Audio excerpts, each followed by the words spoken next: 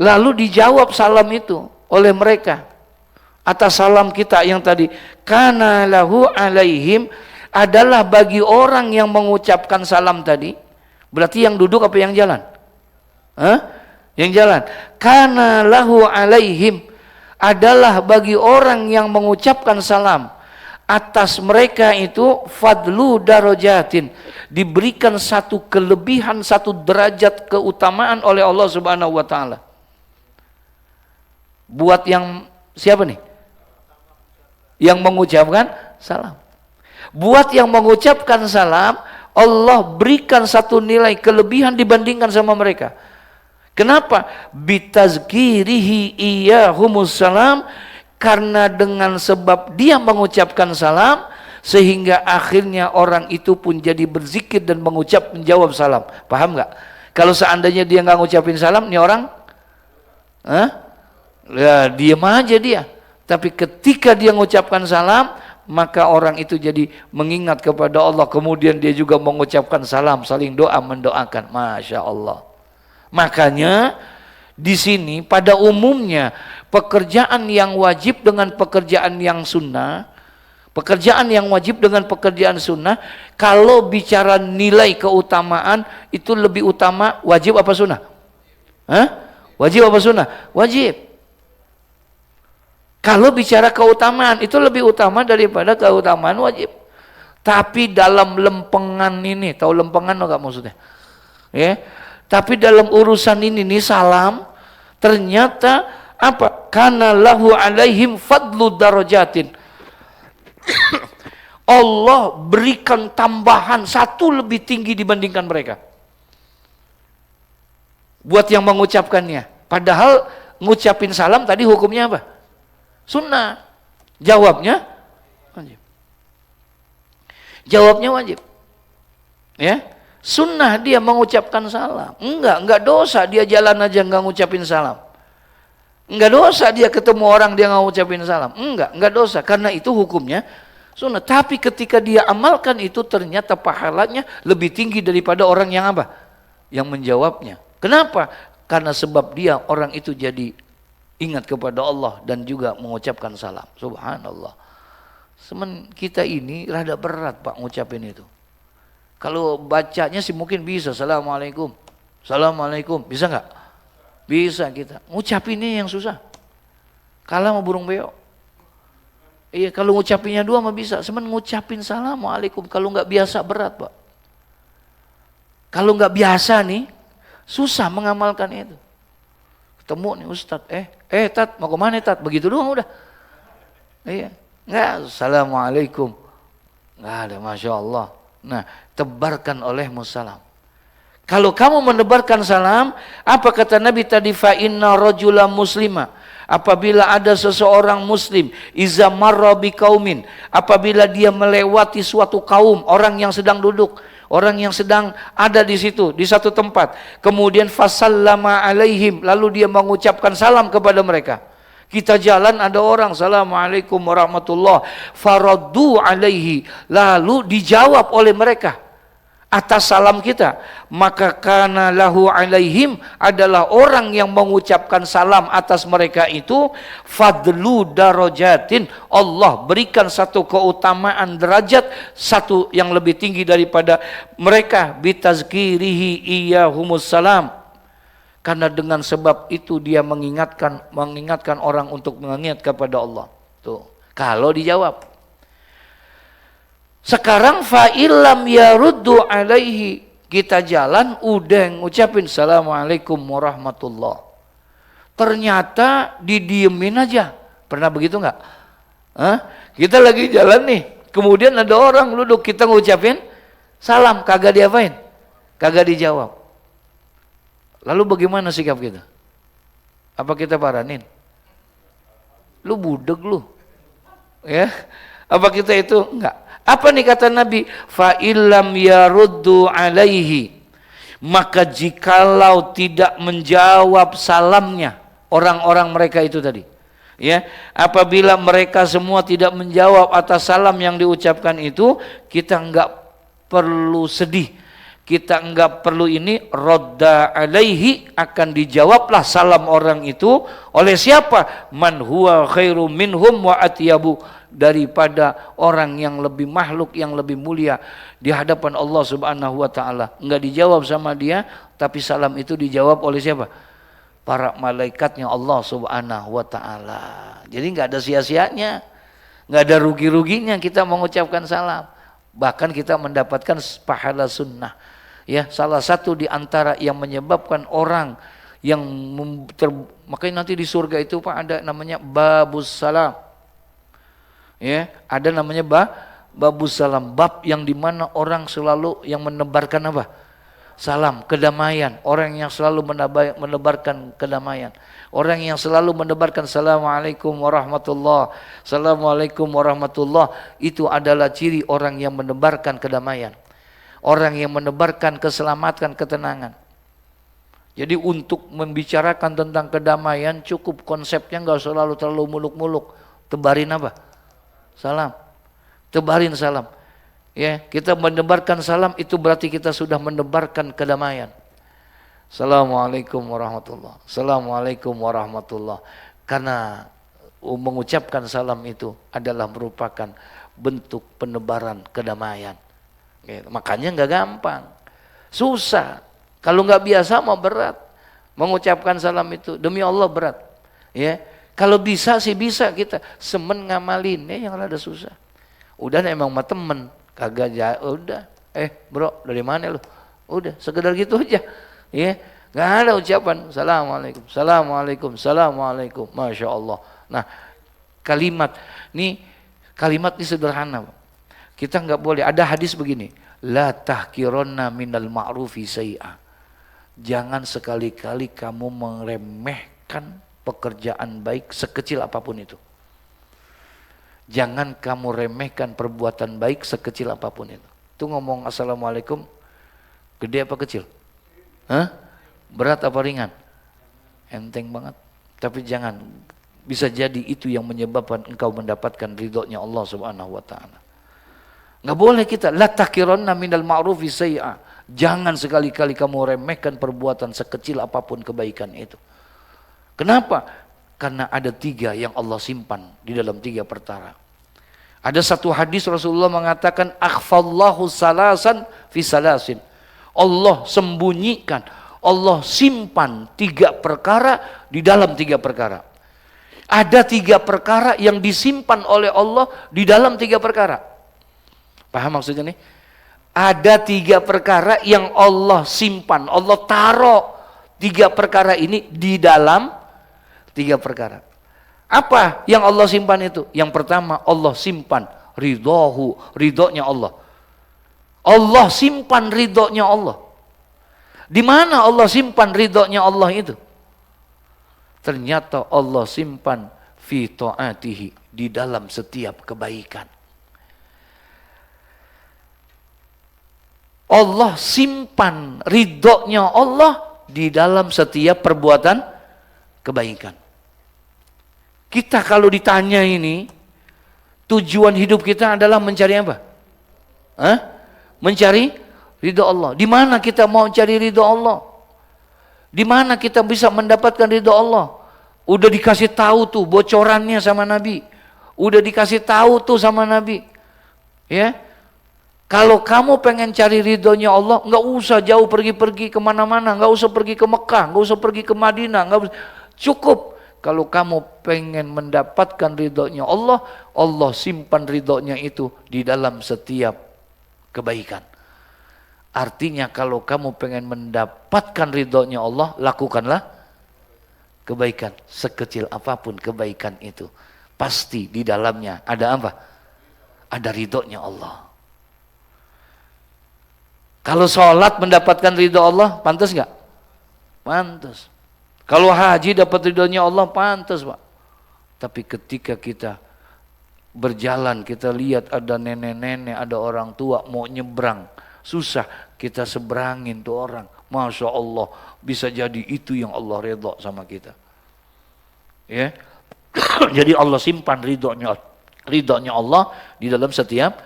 Yang kedua, Allah simpan apa? murkanya Allah, wa ghadabuhu, Allah simpan murkanya Allah. Kalau tadi Allah simpan apanya? Ridhonya Allah. Jadi kalau pengen dapat ridho, lakukan kebaikan. Nah, yang kedua, wa ghadabuhu, Allah simpan murkanya Allah. Allah taruh di murkanya Allah. Di mana Allah taruh murkanya Allah? Fi kulli maksiatin. Di dalam setiap perbuatan maksiat. Di dalam semua perbuatan maksiat, sekecil apapun perbuatan maksiat itu, sebesar apapun maksiat itu, pasti di dalamnya ada apa? Ada murkanya Allah. Oleh karena itu, jangan sekali-kali kamu lakukan perbuatan apa? Maksiat.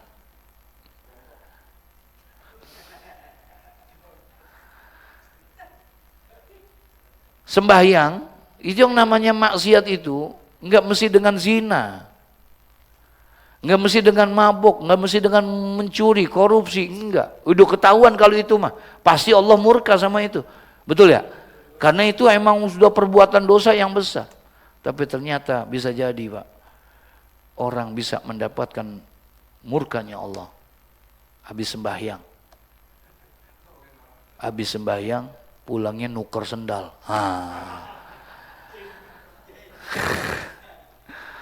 Ya.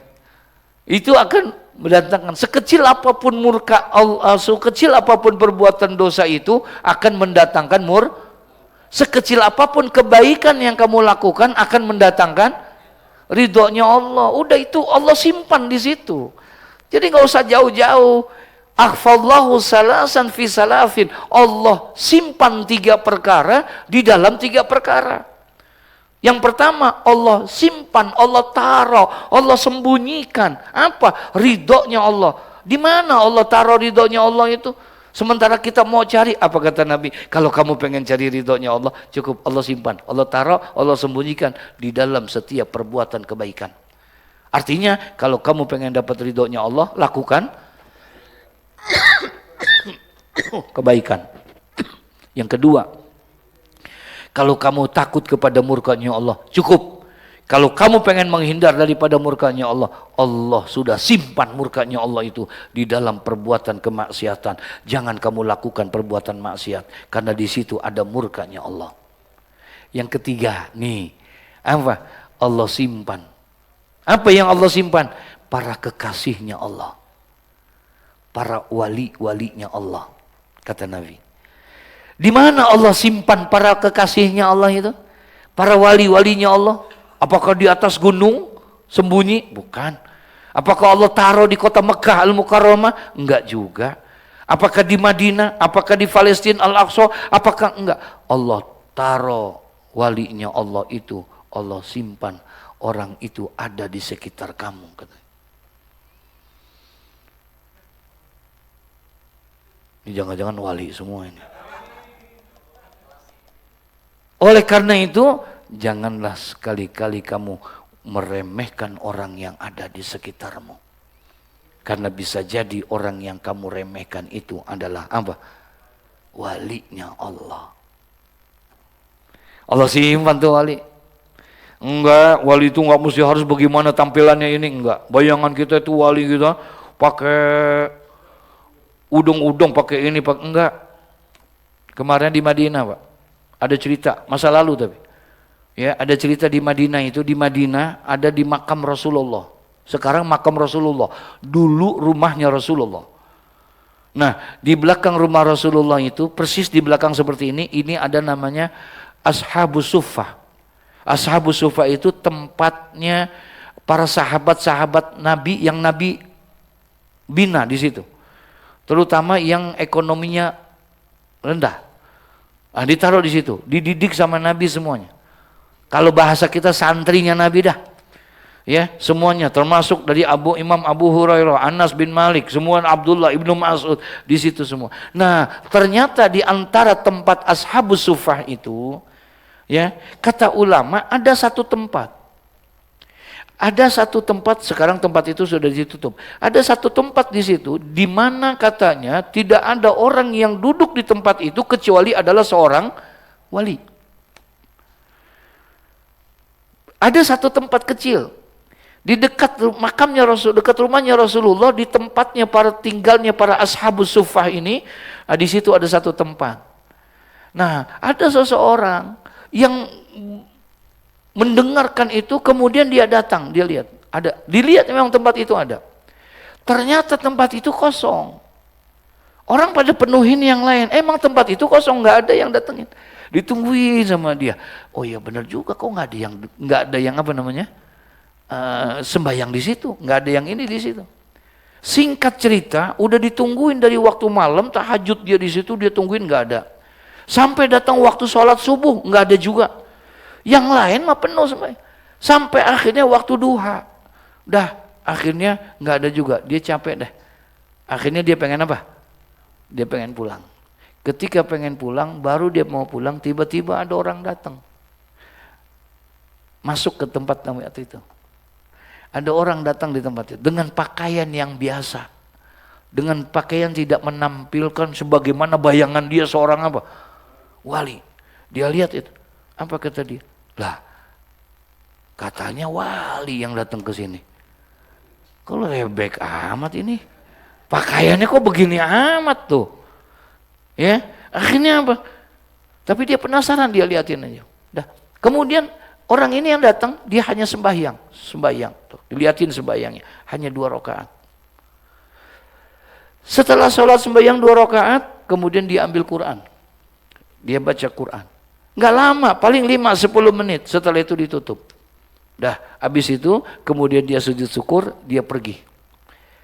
Ragulah orang ini, bukan salah nih orang, masa wali begitu? Udah pakaiannya biasa-biasa aja, kemudian sembahyangnya juga hanya berapa rakaat tadi? Hanya 2 rakaat, kemudian baca Quran sebentar. Kayaknya bukan wali nih, salah nih berarti guru yang mengajarkan nih. Dah, keluar dia nih, di pintu sana ada namanya Babu Jibril. Dia lewat pintu Bab Jibril, diikutin lah sama dia. Setelah diikutin keluar dari Bab Jibril itu, sebelah kiri rumah Rasulullah ada Baqi namanya. Baqi ini tempat pemakaman orang-orang ahli Madinah, para sahabat banyak dikuburkan di situ. Ya, kurang lebih 10.000 sahabat dikuburkan di tempat itu. Nah, kemudian di situ banyak warung-warung. Diikutin sama dia nih, orang yang dianggap apa tadi? Wali itu. Ternyata orang ini mampir di sebuah toko roti. Ya, ada toko roti apa namanya? Tamis. Itu roti, kalau roti Arab gede-gede. Pokoknya kalau Arab semuanya gede dah. Ya. Nah, itu dia beli roti, banyak nih beli roti. Dimasukin plastik. Tambah ragu lagi dia. Udah bener dah, gua nggak yakin kalau dia apa. Wali, udah sembayangnya dikit, baca Quran sebentar, makan, beli roti banyak. Bayangan dia udah nggak, diikutin terus. Akhirnya nggak jauh dari tempat itu ada rumah. Nah, ketika ada rumah, kemudian ketok pintu, dia masuk ke dalam. Ini yang ngikutin ada di depan. Daripada saya penasaran, saya tunggu, saya akan tanya dia, siapa sebetulnya dia, bener nggak dia, siapa sebetulnya, gitu. Karena katanya orang yang di tempat itu adalah wali. Dah ditungguin, sejam kagak keluar-keluar. Akhirnya dia beraniin ketokin pintu, Assalamualaikum, Waalaikumsalam. Ternyata yang menjawab seorang perempuan, ibu-ibu, kemudian jawab, Waalaikumsalam. Nah, ibu mohon izin, mohon maaf, boleh nggak saya berjumpa sama suami ibu? Ibu ini kaget, suami saya, iya. Suami saya udah 15 tahun yang lalu meninggal. Hah? Yang tadi bu maksudnya? Oh, yang tadi itu bukan suami saya. Itu hanya dia datang ke saya, hanya ngasih roti, anak-anak saya tuh pada makan semua roti-roti yang saya datang. Tuh. Nah, saya boleh ketemu sama dia. Oh, dia udah pulang. Tadi dia datang hanya ngasih roti terus pulang lagi. Pulang. Lewat mana? Ya lewat sini, nggak ada pintu lagi. Bu, tolong bu, saya mau ketemu sama dia. Sebentar aja. Kalau dia udah pulang nggak mungkin. Saya udah 1,5 jam di sini. Ini udah jam 1 lewat nih Bu.